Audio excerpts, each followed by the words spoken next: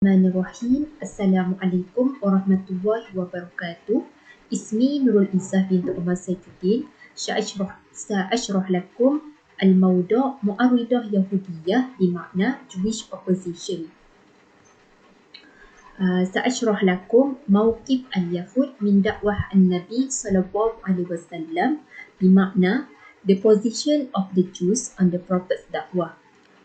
اليهود على يقين تام بأنه سيبعث النبي آخر الزمن في الجزيرة العربية يعني في يثرب، وهذا مثبت عندهم في نصوص التوراة كما أرضاه سابقا، وهم يعتقدون أن تعاليم النبي محمد صلى الله عليه وسلم مشابهة لتعاليمهم، وفي تصورهم أن هذا النبي سيكون على متواليهم ويخضع لأهوائهم ورغباتهم الشخصية، وما أن ظهر الحق وبعث النبي صلى الله عليه وسلم وسمعوا بخبره تغير موقفهم واعتقادهم تجاه رسالته، والسبب الرئيس لعدم خضوعهم وإيمانهم بالرسالة المحمدية أن النبي صلى الله عليه وسلم لم يبعث فيهم ولم يكن نسبهم وشرفهم ونسابهم. سأشرح لكم إجمال معارضتهم من دعوة الإسلام بمعنى the opposition of the Jews on the Islamic da'wah. أولا محاولة قتل النبي صلى الله عليه وسلم لتخفي الدعوة الإسلامية بموت قائدها قصة غزوة بني نادير. سأشرح القصة في اللغة الإنجليزية.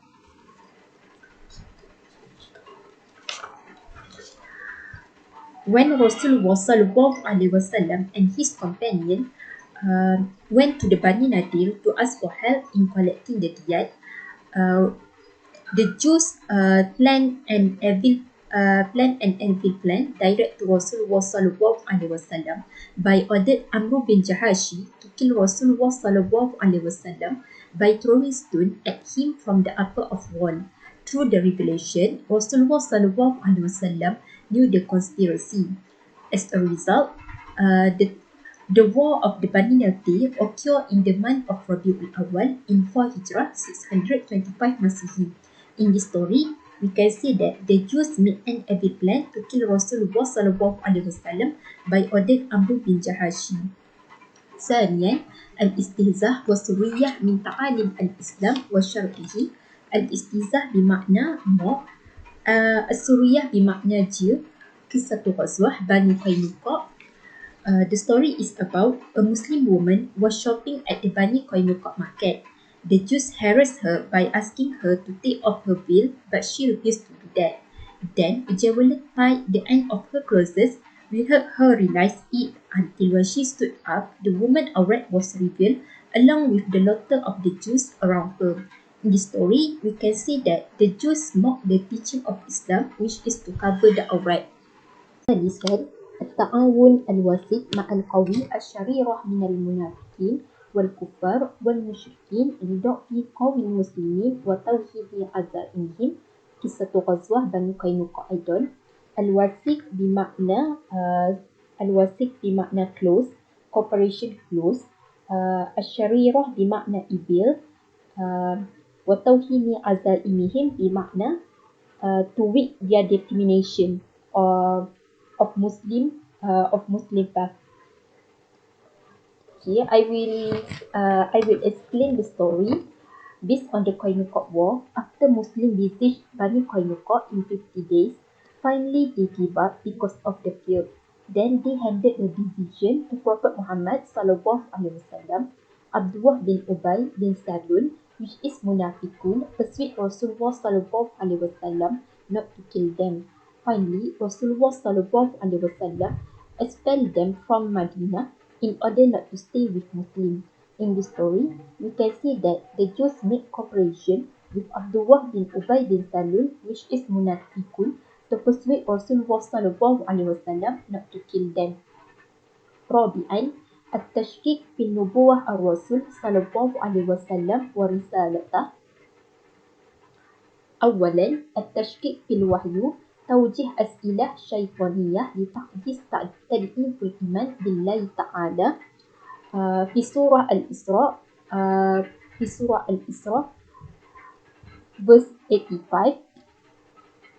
Sabab nuzul for this surah is about when Abdullah was walking with the Prophet Muhammad sallallahu alaihi wasallam in around the city of Madinah. At that time, Rasulullah sallallahu alaihi wasallam carrying a stick from a palm tree.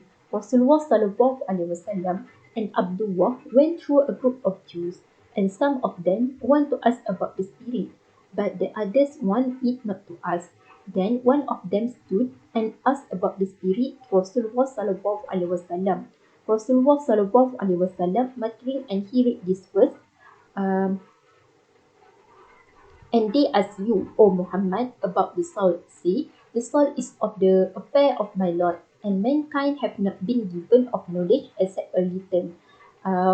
In this story, the Jews know that soul is an invisible thing, but some of them want to ask to judge Islamic law. ثانيا تعريف معاني القرآن الكريم وتأويل الألفاظ لآياته. في سورة البقرة verse 75, do you cover the hope, O believers, that they would believe for you, while a party of them used to hear the words of Allah and then distort the Torah after they had understood it while they were knowing, based on the meaning of it, and then distort the Torah after they had understood it while they were knowing. Qatada had said, they are Jews. They hear the word of God and then change it once they understand and realize it.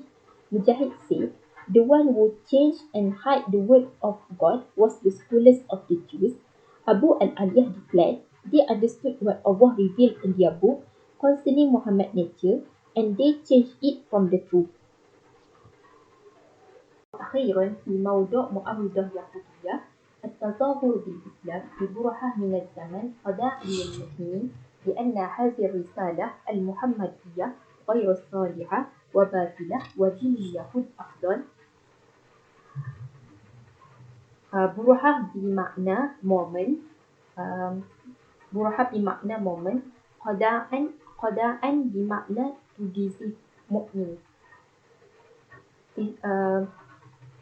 في سورة Al-Imran verse 72, sabab nuzul for this verse is about Abdullah bin Ashayf, Adi bin Zaid, and Al-Has bin Auf believe what was revealed to the Prophet Muhammad sallallahu alaihi wasallam and his companions in the morning, and denied him in the evening.